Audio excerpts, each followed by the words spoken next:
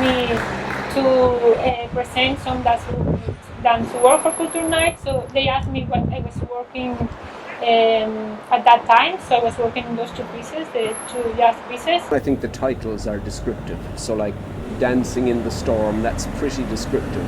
And then also Winter Seascape.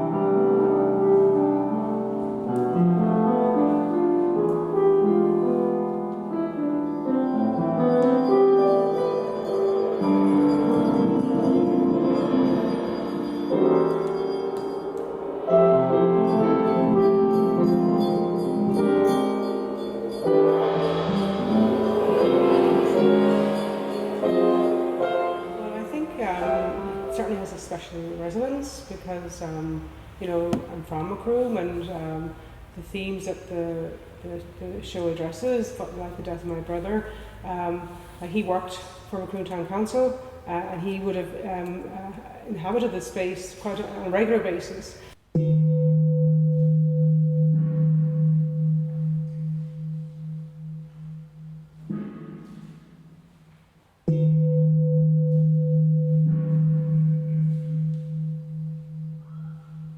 Well, genuinely, it's brilliant, especially here in Macroom. I don't think, you know, I've grown up here and I've never seen anything like it until now. And as well, I had a lot of friends who were here for Culture Night, and it was also their first time seeing that form of art. And for it to be here as well, surrounded by Miriam's work, it's precious, really.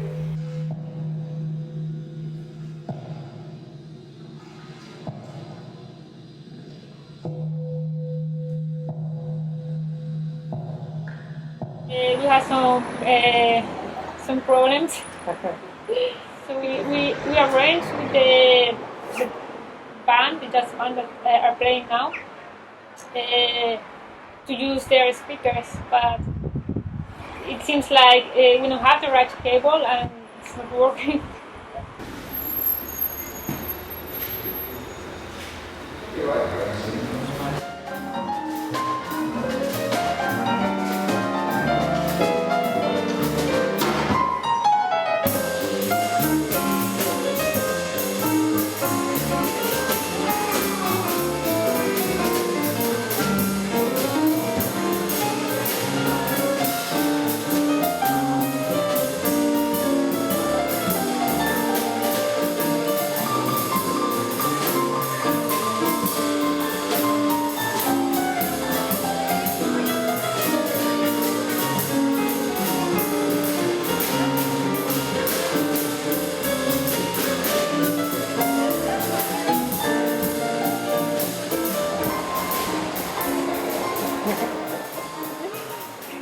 Really, the dance is what we're getting tonight.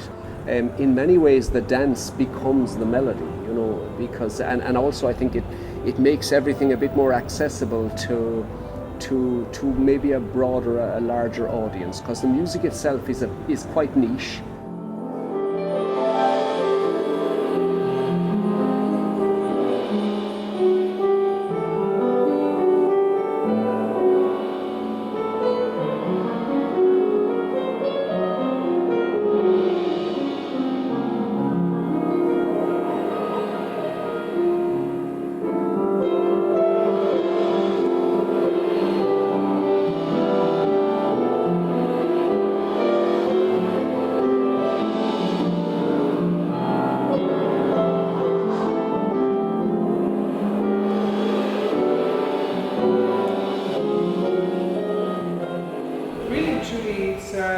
Very special to have another artist from a different discipline engage with you and find ways into work.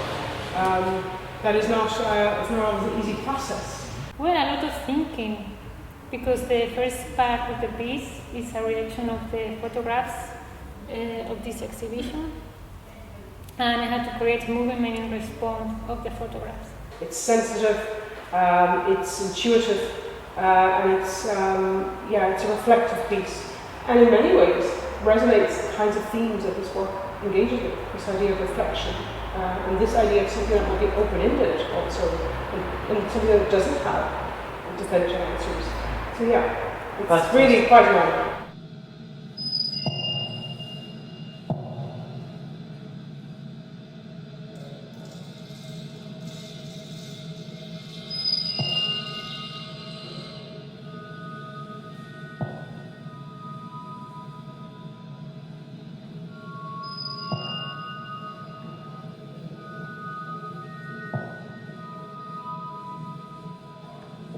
And me and my mum and I've spent quite a lot of time together on the farm in the last 5 or 6 years, and you know, she's sort of quite used to me having the camera and being around, and takes less and less notice of me, I suppose. This one, I quite like the idea of kind of looking out of the frame and looking to the future, and also the idea of not being the future being, you know, obscure as well.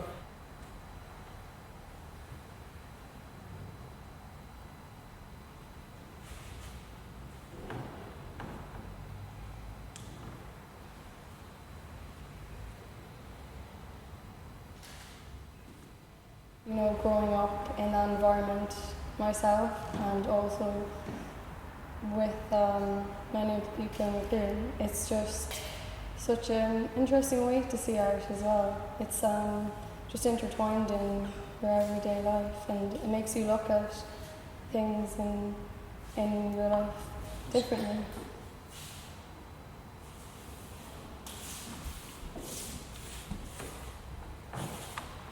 Life is kind of tragic, and there are tragic, humorous moments in everyday life, and that was something that, you know, it felt important to engage with, but not in a very intentional way, really more intuitive. It's just highlighted how much work is involved behind the scenes, and also just that there's a lot of magic that goes into displaying the artist's work, because it needs to be, you know, there has to be justice involved in how it is displayed, and it just almost it went full circle. It just revealed the full picture to me in how a show is displayed and how art should be displayed. A lot of administration that I'm really not good at it. Because you need to be in the studio practicing, and sometimes it's difficult to switch off. Okay, I want to open the computer, I want to look at the phone, I will be focused on the rehearsal, but you have a phone call. It's different when you're on the other side, and then you are here while you're here for the before and after, and you watch people's reactions, and I think it's worth it for that. I hope so. So then audience can enjoy it.